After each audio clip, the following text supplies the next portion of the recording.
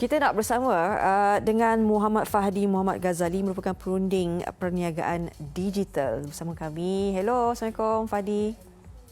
Waalaikumsalam warahmatullahi wabarakatuh. Diharapkan sihat ya. Alhamdulillah, Pada sihat? Alhamdulillah. Okey, Fahdi, kita tahu ini antara isu besar juga yang tular juga kan, kalau kita buka benda-benda laman sosial dan sebagainya, pastinya ini yang membuat usahawan ada yang banyak respon kan, sama ada baik ataupun buruk. Apatah lagi baru-baru ini kerajaan telah memperkenalkan beberapa pakej rangsangan ekonomi dengan jumlah pertukaran kan kepada pihak-pihak yang terjejas dan sebagainya. Ini berkenaan dengan usahawan ni Fahdi. Mungkin boleh kongsikan apa sebenarnya ancaman buat usahawan ketika krisis ini? Okey, alhamdulillah. Bismillahirrahmanirrahim. Basically ancaman paling utama untuk usahawan dia, of course, dari sudut ekonomi lah. Tapi bagi saya, ekonomi adalah sesuatu yang kita tidak boleh kontrol. We cannot control the economy sebab dia banyak faktor-faktor kan. Tapi yang paling kita boleh kontrol is our mindset, our mentality. So dikala keadaan ekonomi begini, ancaman paling utama adalah ancaman dari bagaimana sudut pandang kita melihat situasi ini. Sama ada ia akan memberi kesan negatif kepada kita atau ia akan membuka peluang-peluang baru kepada kita. Itu cara sudut pandang yang kita perlu ambil. Saya suka ambil contoh apa berlaku pada negara China pada tahun 2003. Sewaktu itu berlaku SARS. Macam kita juga, COVID-19, kena duduk dekat rumah, stay at home, tak boleh keluar. Sama 2003. Dan ketika itu, salah satu company yang affected adalah Alibaba Group. Dan untuk makluman Fariha, pada ketika itu mereka tidak ambil mentality negatif. Mereka ambil positive side. Which is ketika itulah mereka launch satu platform pembelian online namanya Taobao. Right?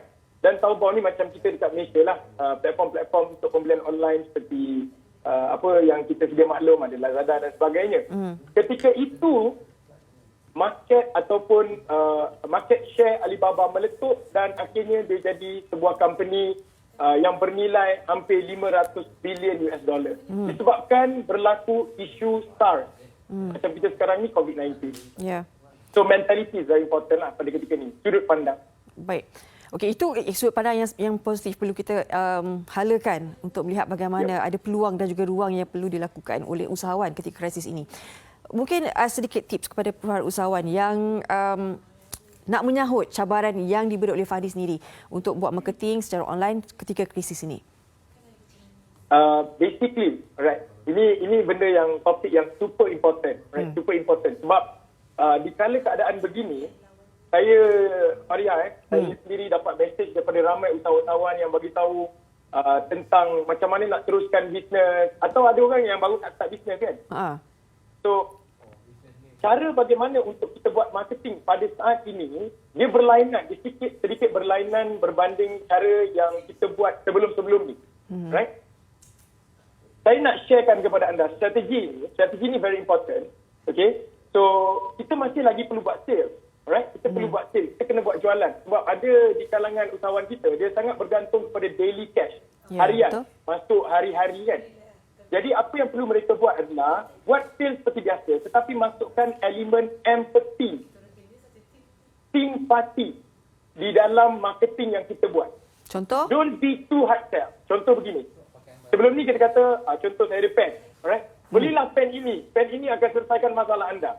Tapi di kala COVID-19 kita tak boleh cakap macam tu. Kita kena beritahu bagaimana keadaan anda di rumah, bagaimana dengan family anda.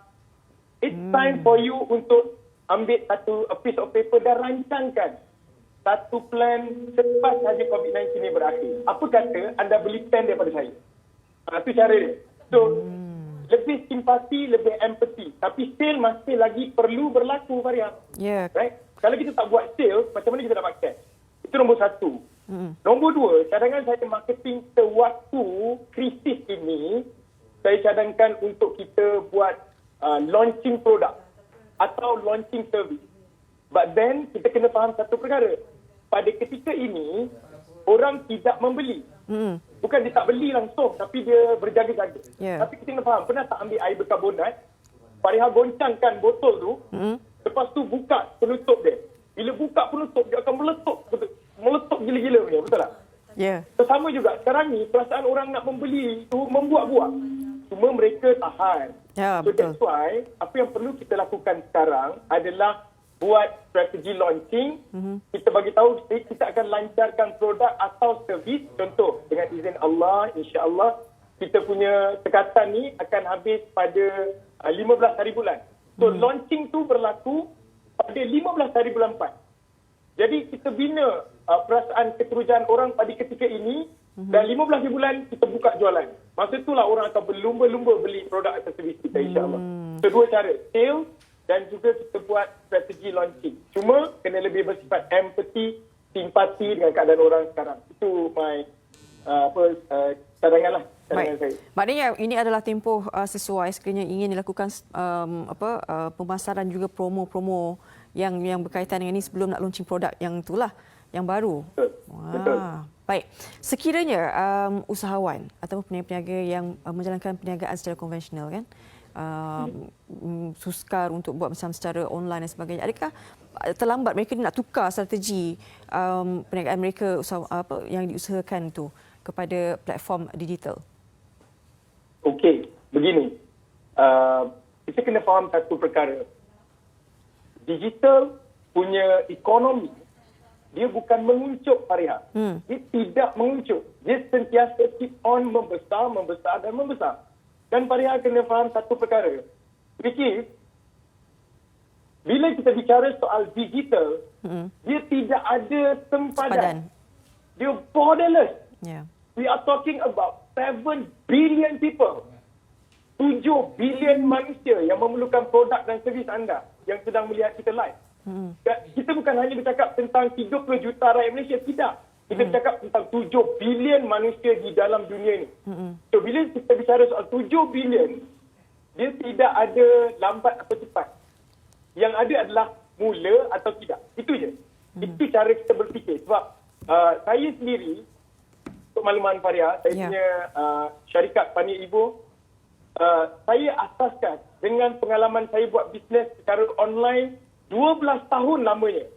Dah 12 tahun saya buat bisnes online. Dan ketika saya bermula tahun 2008, saya pasarkan produk dan servis ini ke 4 negara. US, UK, Canada, Australia. Kerana 4 negara ini yang banyak guna digital marketing. Pada ketika itu. Tetapi what happened, market tu sampai lama-lama dia grow. Sampailah ke Malaysia sekarang. Dan kita kena ingat, Fariha, the next big economy pada 20, kalau tak silap saya, 2050 adalah kita punya negara jiran, which is Indonesia. So, menggunakan digital marketing, kita boleh set market Indonesia yang ada 300 juta rakyat, 10 kali ganda daripada Malaysia. So, adakah kita terlambat? Tidak. Dia bukan lambat atau cepat, tidak. Persoalannya adalah mula atau tidak. Mungkin juga boleh memberi sedikit pandangan baru kepada usahawan ataupun bakal usahawan ini bahawa perlu memikir lebih jauh sebenarnya pasaran itu. Bukan saja tertakluk di dalam saja ketika ini. Betul. Kita kena fikir lebih jauh, Fariha. Serius.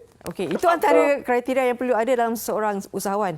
Dan kita tahu juga mungkin Fadi boleh memberi sedikit pandangan jugalah kepada mereka. Kan kita tahu dalam keadaan krisis besar sebegini ada yang bergantung harap kepada gaji harian, kan, ada juga yang tidak dibayar gaji ketika ini, mungkin diberhentikan ketika krisis ini.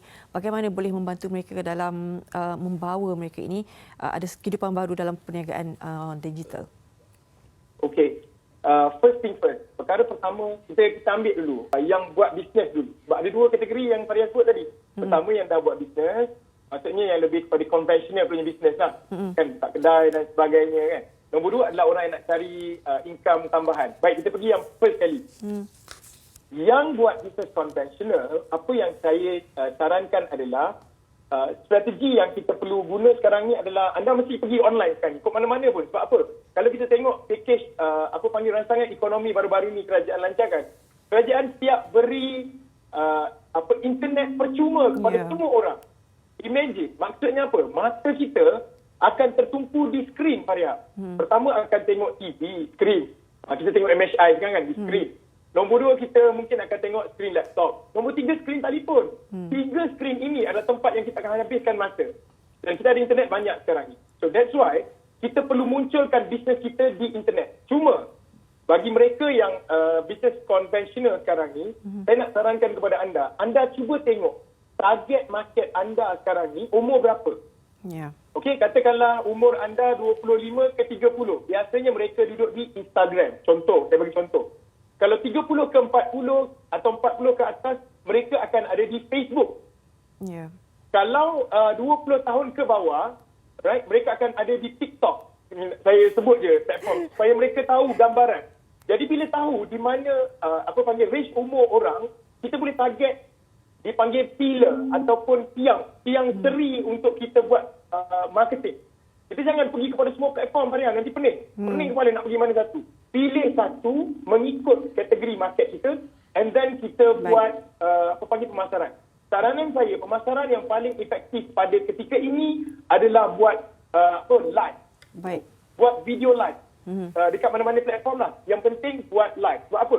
Di kala keadaan begini, orang nak membeli dengan orang yang mereka percaya saja. People that they trust.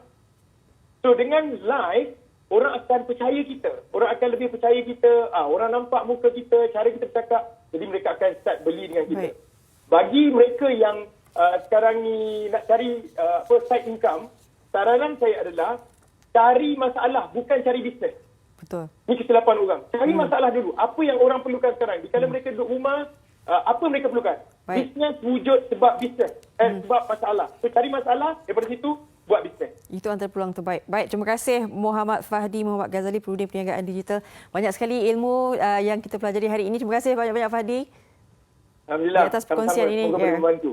Okey, sedikit tips kepada usahawan dan juga bakal usahawan. Jangan jadikan ini antara ruang menjatuhkan kalian, tetapi bangkit dengan semangat yang baru dan pandangan yang sangat positif untuk membina semula mana yang telah melalui kerugian ini.